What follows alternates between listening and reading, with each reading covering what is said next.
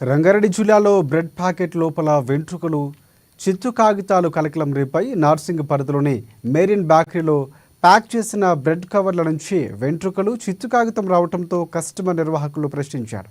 ఇక బ్రెడ్ తింటుంటే నోట్లోకి వెంట్రుకలు వెళ్లాయని బాధితులు తెలిపారు.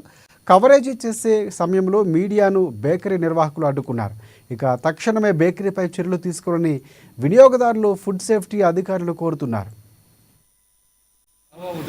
ఓవర్ యాక్షన్ है क्या? ఇదే మోర్నేబేకి నార్సింగ్ వచ్చాను. ప్రదీప్ కుమార్ దిల్ కుష్ ఇంకా దిల్ పది తీసుకొని వస్తాను తినడానికి. తీసుకొని వచ్చి అది తినడానికి ఓపెన్ వచ్చి ఎన్నికలు చాలా స్టాఫ్ ఇన్ఫర్మేషన్ ఫోన్ చేసి అందులో మళ్ళీ ఇంకో బయట తినగానే పేపర్ వచ్చిన క్వాలిటీ ఉంటుందని చెప్పి ఇంత దూరం వస్తాం మనం తినడానికి. ఇంత పెద్ద వేగం పెట్టుకుని క్వాలిటీ లేకుండా ఏం లేవు. మళ్ళీ 50 రూపీస్ 100 రూపీస్ పెడతారు.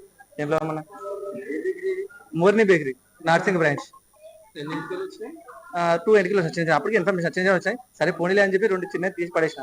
మళ్ళీ ఇంకో బయట చేయగానే అందులో పేపర్ వచ్చింది. వాళ్ళు ఏమన్నా మీరు తీసుకురండి ఎక్స్చేంజ్ చేసి ఇస్తా అని చెప్పి అంటారు.